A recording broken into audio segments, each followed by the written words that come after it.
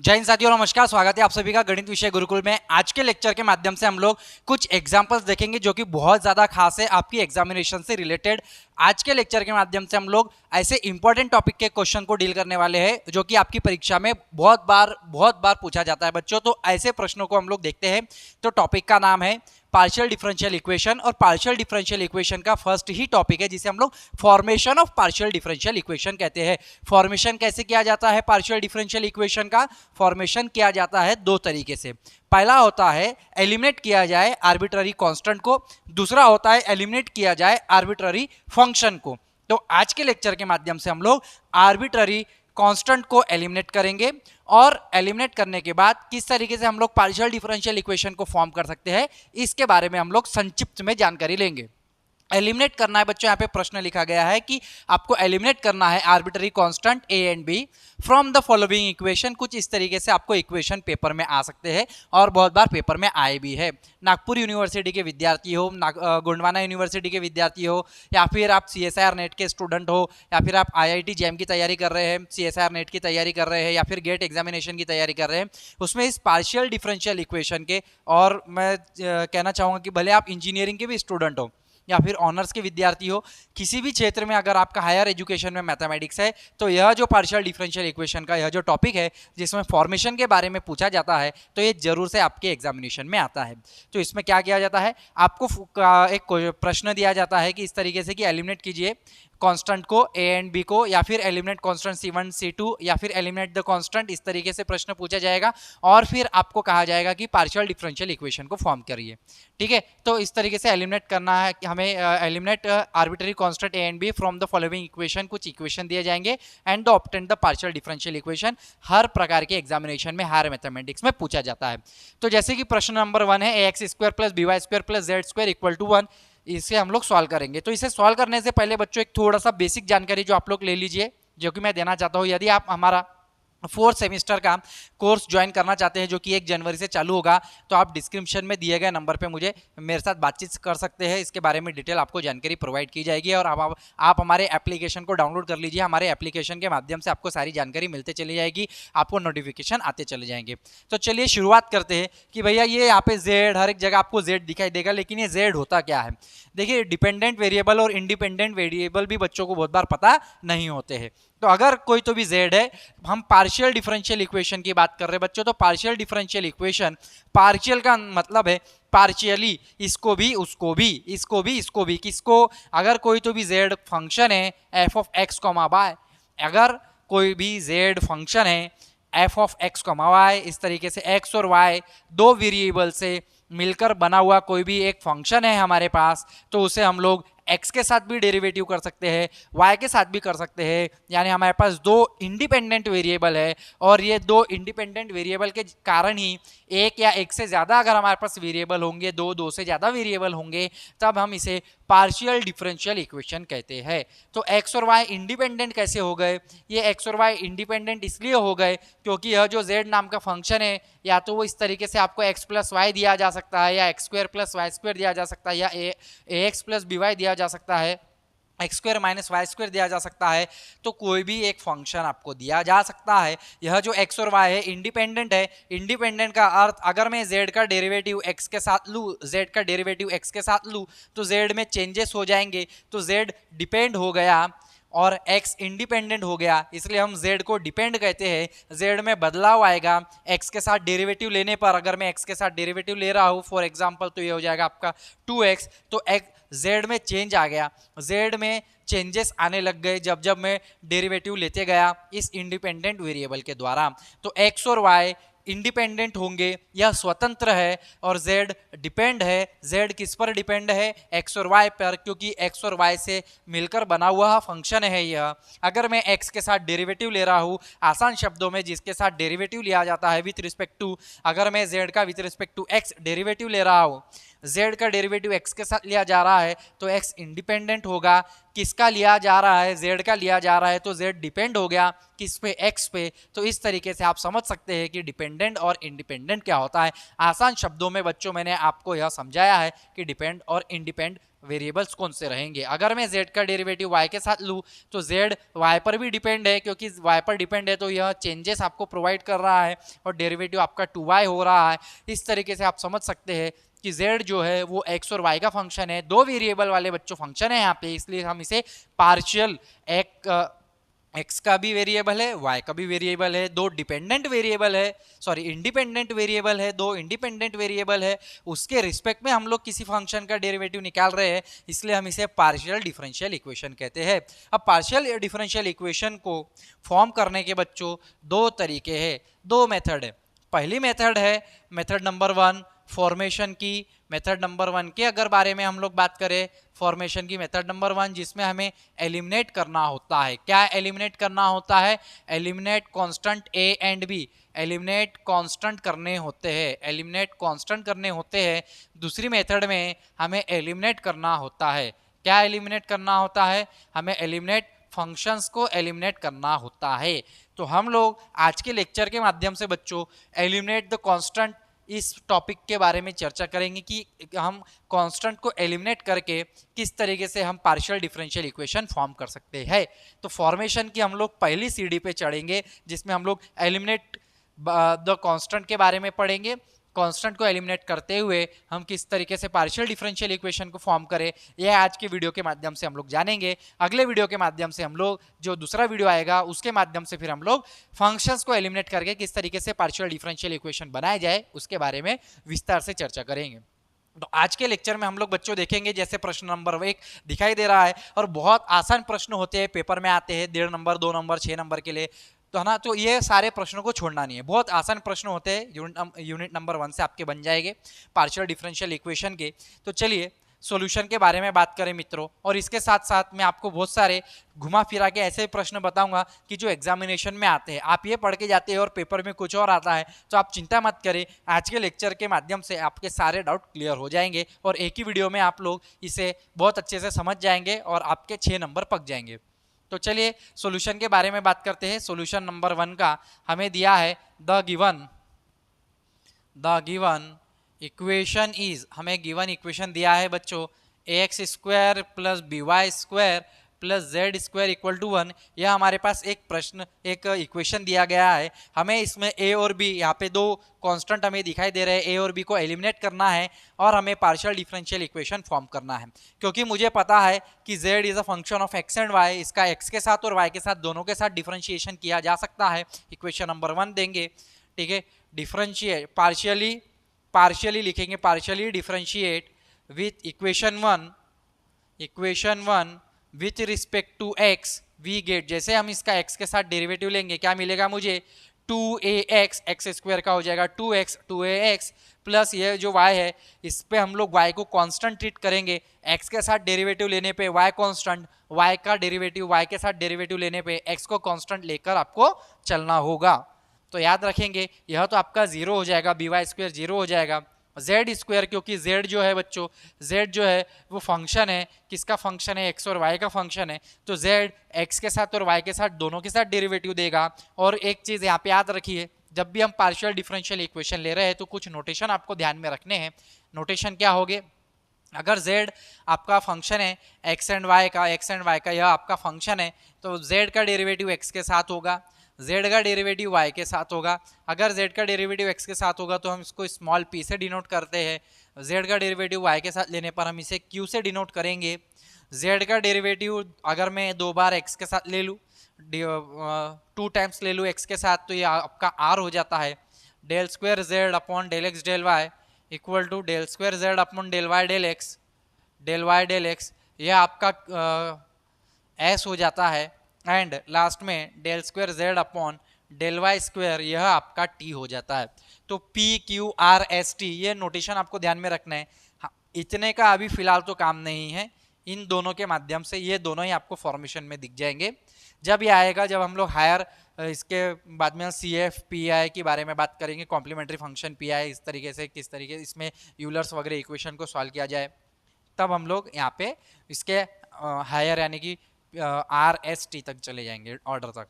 चलिए, तो यहाँ पे z, क्योंकि z is a function of x and y, तो z का हो जाएगा 2z del z upon del x equals to 1 का डेरिवेटिव हो जाएगा 0। अगर आप यहाँ से देखेंगे तो ये हो जाएगा बच्चों 2x इक्वल टू माइनस में 2z, और इसे हम लोग p कहेंगे, तो 2 से 2 कैंसिल हो जाएगा। हम लोग यहाँ पे देखेंगे p की वैल्यू, देयरफॉर p की वैल्यू नहीं, हमें कांस्टेंट की वैल्यू चाहिए, तो a की वैल्यू आ गई minus z p upon x. ये x को हम इसके डिवाइड में लेके जाएंगे, अगेन पार्शियली डिफरेंशिएट करेंगे बच्चों हम लोग इक्वेशन नंबर 1 को with respect to y, we get, तो हमें क्या मिलेगा, वी गेट क्या मिलेगा बच्चों, वी गेट, तो डेरिवेटिव तो ए एक्स स्क्वायर का यहाँ पे तो 0 हो जाएगा, ये हो जाएगा बच्चों 2by plus 2z del z upon del y equals to 0, 1 is a constant, इसका डेरिवेटिव 0 हो जाएगा। तो यहाँ पे क्या मिलेगा 2by इज इक्वल टू, आप देखेंगे minus 2z del z upon del y को आपने q कहा हो, तो यहाँ पे q लिखेंगे, 2 से 2 कैंसिल कर देंगे, b की वैल्यू आ जाएगी, देयरफॉर b की वैल्यू आ जाएगी minus Z q upon y, तो minus Z q upon y आपकी b की वैल्यू आ गई। इस a की वैल्यू को और इस b की वैल्यू को हम कहीं पे पुट कर सकते हैं और इसे हम इक्वेशन नंबर 1 में पुट कर सकते हैं। तो बच्चों जैसे हम इसको पुट करेंगे, put in equation number 1 we get, हमें क्या मिलेगा, a की value minus z p upon x है, तो यहाँ पे रख देंगे minus z p upon x into में x square plus minus z p z q upon y into में y square plus Z square equal to 1। यहाँ से x कैंसिल हो जाएगा, minus z P x minus यहाँ से y cancel हो जाएगा, Z Q Y plus Z square equal to 1 आ जाएगा। z यहाँ से आप माइनस जेड कॉमन निकालेंगे तो P X plus Q Y plus Z square equal to 1, ये आपका फाइनल आंसर आप यहाँ तक भी लिख सकते हैं और इसे आप 1 के पास भी भेज सकते हैं, तो ये हो जाएगा 1 minus Z square plus Z P X plus Q Y equal to 0 is your required, it is your required partial differential equation. Partial differential equation में P और Q आता है, A और B चला जाता है, P और Q आता है, A और B चला जाता है। अब यहाँ पे देखेंगे, यहाँ पे A और B था तो A और B चला गया, यहाँ पे लास्ट में आंसर में P और Q आ गया। तो इस तरीके से विद्यार्थियों, बच्चों, दोस्तों, मित्रों, आप सभी को एग्जाम्पल्स को इन्हें सॉल्व करना है। और ये एग्जाम्पल कई बार घुमा के भी दिए जाते हैं।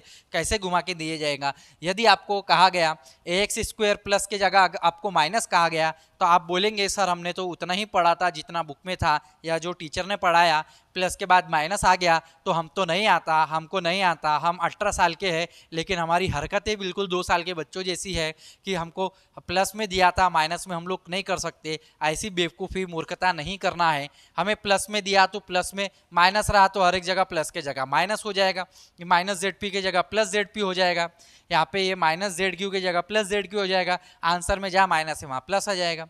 तो थोड़ा सा तो चेंज होगा। अगर आपको यूनिवर्सिटी में थोड़ा सा बदल के दे दिया तो कई बार बच्चे आते हैं कि सर ये आपने जो पढ़ाया था या जो बुक में दिया था उसमें प्लस था, हमको तो माइनस में आ गया, हम छोड़ के आ गए।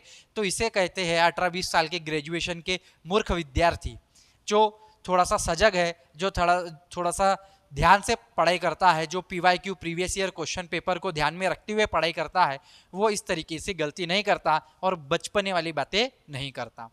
अब number 2, z equal to A X plus B Y plus A B आपको दिया गया है। अब इसे हम लोग सॉल्व करेंगे।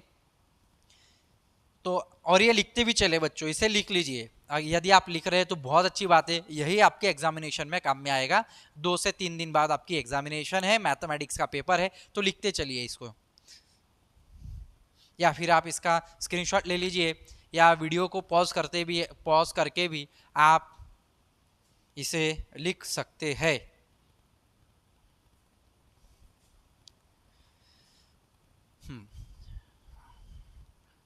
ठीक,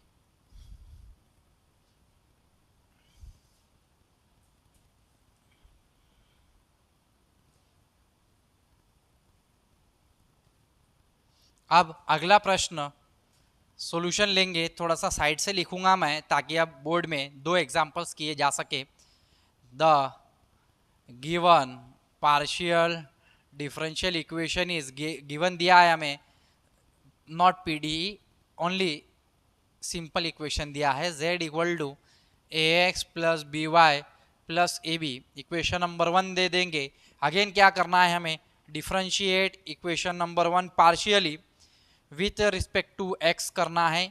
वी गेट, जैसे ही हम x के साथ इसका डेरिवेटिव लेंगे बच्चों, z का क्या हो जाएगा, del z upon del x equal to a, x का हो गया 1, ये 0, यह भी 0, यानी यहाँ पे आपको सीधी सीधी p इक्वल टू क्या दिख रहा है, a, del z upon del x आपका p होता है।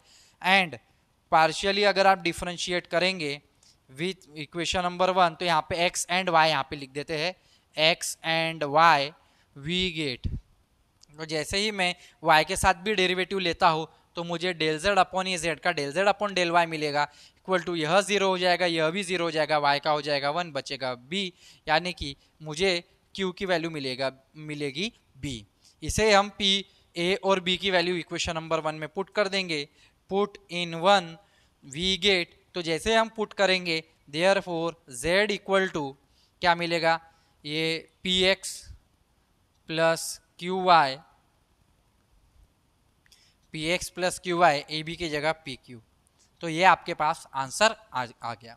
तो ऐसे बच्चों आपको बहुत सारे एग्जाम्पल्स देखने को मिलेंगे। प्रश्न क्रमांक 3 में देखिए, example number 3, given equation z equal to, important है, z इक्वल टू आपको दिया गया है x plus A Y plus B, यह आपको दिया गया है, ठीक है। अब बच्चे बोलेंगे सर यहाँ पे 2 ब्रैकेट है, कैसे सॉल्व करेंगे, अरे बहुत आसान है, क्या हमने बचपन से कभी किए नहीं क्या, 2 ब्रैकेट को सॉल्व कर लेंगे, या तो आप प्रोडक्ट रूल का इस्तेमाल करें, या फिर इसे आप पहले x का मल्टीप्लाई कर दे दोनों के साथ, X Y plus X B, ये हो जाएगा A Y plus A B, तो ये आपके पास इसको आपने ब्रैकेट को सॉल्व कर लिया है, तो ये आपका नया z आ गया है, इसे आप इक्वेशन नंबर 1 दे सकते हैं, आपका गिवन इक्वेशन हो जाएगा। इसका डेरिवेटिव पार्शियली डिफरेंशिएट कर लीजिए इक्वेशन 1 को with respect to x and y, we get x and y दोनों के साथ आपको इसको पार्शियली डिफरेंशिएट करना होगा, क्योंकि z is a function of x and y, तो ये हो जाएगा बच्चों del z upon del x equal to x का डेरिवेटिव हो गया 1, बचा आपके पास y, प्लस x का हो गया 1, बचा आपके पास b, ठीक है, ये भी 0 हो जाएगा, यह भी 0 हो जाएगा, यानी p की वैल्यू देयरफॉर आप लिख सकते हैं कि y प्लस बी आ गई। उसी प्रकार से del z upon del y की वैल्यू आपके पास आएगी x, यहाँ पे आप देखेंगे y का हो गया 1, बचा x, y का हो गया 1, बचा a, तो यहाँ पे आ जाएगा q equals to x plus a, क्योंकि आपके पास p यानी y प्लस बी की जगह आपने p ले लिया, p आ गया है आपका, x प्लस a की जगह q आ गया है, तो डायरेक्ट यहाँ पे आप पुट कर देंगे, तो इक्वेशन नंबर मान के चलो इससे आप 1 ले लीजिए, ठीक है, इसे आप 2 ले लीजिए, कोई दिक्कत वाली बात नहीं है। तो पुट इन 1 वी गेट, जैसे ही मैं 1 में पुट करूँगा तो मुझे z इक्वल टू क्या मिलेगा, पी क्यू, और ये मेरा रिक्वायर्ड पार्शियल डिफरेंशियल इक्वेशन है। ए और बी कांस्टेंट को एलिमिनेट कर दिया गया है, ए बी चले गए, पी क्यू आ गए, ए बी वाला फंक्शन हट गया है, ए बी वाले रोल हट चुका है, पी क्यू वाला रोल इन हो चुका है, आ गया है। नंबर 4 में अगर हम लोग बात करेंगे सर एक्स स्क्वायर, हाँ ये बहुत ज़्यादा इंपॉर्टेंट है, ये कई बार हमारे बुक में, नागपुर यूनिवर्सिटी के बुक्स में दिया हुआ नहीं है यह प्रश्न। कई बार x square minus Y square minus Z minus B की जगह जेड माइनस ए आ जाता है, कभी जेड माइनस सी आ जाएगा, का whole square equal to A square की जगह और कांस्टेंट आ जाएंगे, ठीक है। तो इसको थोड़ा सा घुमा के या तो ऐसा पूछेगा या माइनस की जगह इस तरीके से प्लस लेगा, तो यह माइनस वाला मैं बताऊंगा तो प्लस वाला आपको तो बहुत आसानी से आ जाएगा।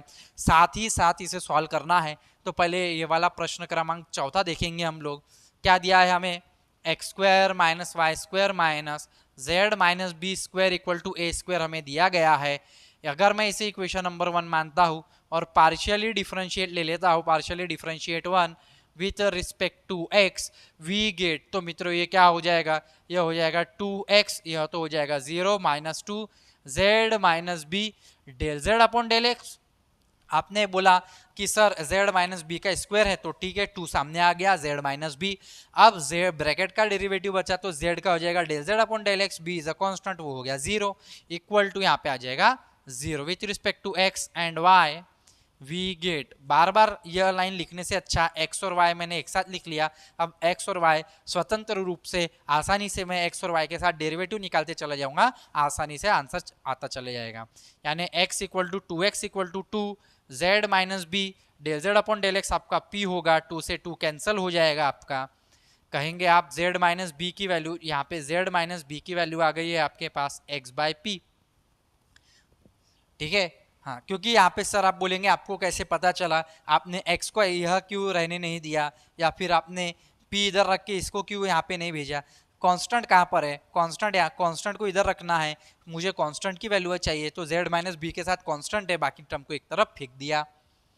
सिमी एंड क्योंकि y के साथ भी करना है हमें, तो ये हो जाएगा आपका -2y minus 2 Z minus B del Z upon del Y equal to 0, Y square का -2y, इसका 2 सामने आ जाएगा जेड माइनस बी, और इसका del Z upon del Y equals to 0 मिलेगा। ऐसी स्थिति में अब हम क्या करेंगे, माइनस को उधर भेजेंगे, तो 2 जेड माइनस बी आपका q हो जाएगा, 2 से 2 कैंसिल हो जाएगा। अगेन यहाँ पे आपको जेड माइनस बी की वैल्यू मिल गई -y बाय क्यू। तो यदि आप इसे इक्वेशन नंबर 2 दे दे और इक्वेशन नंबर इसे 3 दे दे, तो इनका LHS को आप गौर से देखें तो इनके LHS में भैया z माइनस बी है, और इसके भी LHS में z माइनस बी है। क्या इनके LHS अगर z माइनस बी है तो क्या RHS बराबर होंगे? हमने 8वीं 9वीं 10वीं 11वीं 12वीं में भी पढ़ा है, ठीक है, बचपन से पढ़ते आ रहे हैं 5वीं से, तो बिल्कुल होगा। तो सर आप ऐसा लिखिए from 2 and 3, from 2 and 3 we get, क्या गेट, वी गेट, क्या मिलेगा हमें, x बाय पी के बराबर में माइनस वाई बाय क्यू, यानी एक्स क्यू के बराबर में यह p इधर जाएगा माइनस पी वाई, इसको पास ये माइनस इधर आएगा तो P Y plus X Q equal to 0। यह आपका रिक्वायर्ड पार्शियल डिफरेंशियल इक्वेशन है, आपने तो फॉर्म कर लिया। अब उसी तरीके से आपको ये वाला करना है, यह तो मैंने करवा दिया, आपको इसे सॉल्व करना है, ठीक है, इंपॉर्टेंट है। और ये सारे प्रश्न 1.5 नंबर 2 नंबर 4 नंबर 6 नंबर के लिए बहुत बार इंजीनियरिंग के स्टूडेंट हो, बीएससी के स्टूडेंट हो, या कोई भी आप एग्जामिनेशन में ऑनर्स के विद्यार्थी हो, सिंपल प्लेन बीएससी हो, बीए हो, मैथमेटिक्स में ग्रेजुएशन में हो आप, और आपको मैथमेटिक्स और पार्शियल डिफरेंशियल इक्वेशन है, तो आपको फॉर्मेशन 2 तरीके से पढ़ना ही है। एलिमिनेट करना है कांस्टेंट को, एलिमिनेट करना है फंक्शन को। ये 2 मेथड होती है, उसमें से पहली मेथड जिसमें हम लोग ए और बी कांस्टेंट को एलिमिनेट कर रहे हैं। ऐसे प्रश्न आपको हर जगह देखने को मिलेंगे, और ऐसे आसान ही प्रश्न रहेंगे, और ये 6 मार्क के लिए भी आते हैं। बताइए कितना आसान प्रश्न होते हैं आपके एग्जामिनेशन। बीएससी को पास करना बहुत आसान है, फिर भी बच्चे बैक लगते हैं, 2-2 साल 3-3 साल बैक लगता है, 2-2 बार 3-3 बार बैक लगता है।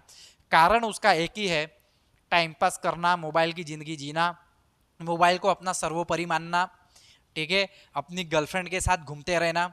अरे ये उम्र गर्लफ्रेंड बनाने की नहीं है, ये उम्र कुछ करके दिखाने की है। गर्लफ्रेंड, बीवी, बाल बच्चे, ये तो सारी ज़िंदगी में आगे लगा ही है। तो अभी पहले ज़िंदगी बनाए, बाद में गर्लफ्रेंड बनाए। तो पहले बनाओ ज़िंदगी, बाद में बनाओ गर्लफ्रेंड। और लड़कियों से भी मैं कहना चाहूँगा, जो छात्रा है उनसे भी मैं कहना चाहूँगा, लड़कों के जालों में फंसने के बजाय अपने माँ बाप के सपनों को पूरा करने में अपना समय लगाएं, तो आप अच्छे से बहुत आसानी से अपना ग्रेजुएशन पास करेंगे। और देखिए बच्चों, ऐसे आसान ही सिंपल एग्जांपल्स आते हैं। मैं कई बार देखता हूँ हमारे के स्टूडेंट लगे पड़े हैं, 100 बच्चे, एक कॉलेज में अगर 100-150 बच्चे हैं तो उसमें से 120-130 बच्चे मैथमेटिक्स में बैक है। लड़के छोड़ो, लड़कियों का भी बैक है पूरा। तो ये क्या हो रहा है आजकल की पीढ़ी में? आप लोगों से कहना चाहूँगा, ये मोबाइल का चक्कर बिल्कुल छोड़ दीजिए, ठीक है। बाप बड़ा ना भैया, सबसे बड़ा रुपया। आपके लिए, आपके जीवन में सबसे महत्वपूर्ण आप ही होने चाहिए, आपका करियर होना चाहिए, कोई और नहीं होना चाहिए। तो आपको सबसे ज़्यादा अपने ऊपर ध्यान देना है, ना कि किसी और के ऊपर। अपनी एग्जामिनेशन पे ध्यान दो, अपने ऊपर ध्यान दो, अपनी हेल्थ के ऊपर ध्यान दो, अपने पेरेंट्स के ऊपर ध्यान दो, अपने पढ़ाई के ऊपर ध्यान दो, और अपना भविष्य तैयार करो, और इसी में आपकी भलाई है। आगे बढ़ेंगे हम लोग। और ऐसे वैसे तो विद्यार्थियों को ज़्यादा ज्ञान दो तो उनके सर के ऊपर से जाता है, तो ज़्यादा ज्ञान हमको नहीं भी देना चाहिए, लेकिन थोड़ा सा ज्ञान देना भी चाहिए, क्योंकि जब हम देखते हैं कि इतने विद्यार्थी बैक लगते हैं तो कहीं ना कहीं हमें भी दुख होता है, और ये छोटे छोटे प्रश्नों को वो हल नहीं कर पाते, तो अच्छा नहीं लगता है। चलिए प्रश्न क्रमांक 5 में देखेंगे बच्चों, given equation x minus a का square plus y minus B का square plus Z square equal to 1 दिया है आपको, कैसे सॉल्व करेंगे। सर ये थोड़ा सा अलग अंदाज दिख रहा है इसका, ये थोड़ा सा बड़ा दिख रहा है, कुछ बड़ा नहीं है, ठीक है। हमको आदत हो गई है एकदम, अगर हमको हाँ sir x plus Y equal to 1 दिखा रहे सर, कितना इजी इक्वेशन है, कुछ नहीं। इजी और मैथमेटिक्स की दुनिया में इजी और हार्ड कुछ नहीं होता है, मेहनत करने वालों पे सफलता कुर्बान हो जाती है, ऐसा मैंने सुना हुआ है। तो आप मेहनत करते जाइए, इजी और हार्ड कुछ नहीं होता है, thing is thing, maths is maths, chemistry is chemistry, physics is physics. Hard नहीं है, इजी नहीं है, बोलने वाले लोगों की बातों पर जाके हम लोग उसे हार्ड या इजी समझने लगते हैं, ठीक है। यदि आपको कहा, अगर आपको 10 लोगों ने कहा कि मैथ्स बहुत इजी है, तो आपको 101% लगेगा दूसरे दिन अरे मैथ्स इजी है, आप इस विचार में रहेंगे।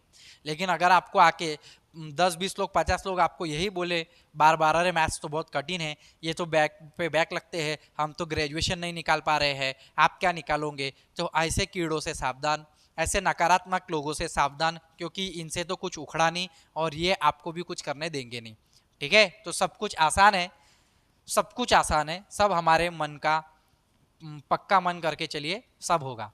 तो partially differentiate 1 with respect to, यदि मैं x एंड y के साथ करूँ, वी गेट, मुझे क्या मिलेगा, यह मिलेगा 2x minus a plus 2z del z upon del x। ये कहाँ गया, ये तो जीरो हो गया y और b में, x का क्या काम, हमारे अंगने में तुम्हारा क्या काम है भाई, है ना। तो 2x minus A equal to minus 2z, ये हो जाएगा आपका p, 2 से 2 कैंसिल हो जाएगा। आप देखेंगे x माइनस ए की वैल्यू आ गई है आपके पास, x माइनस ए की वैल्यू क्या आ गई, माइनस जेड पी। सिमिलरली, ठीक है, not fair and lovely, fair and lovely के पीछे नहीं जाना है, कोई लवली अपनी नहीं है, ठीक है।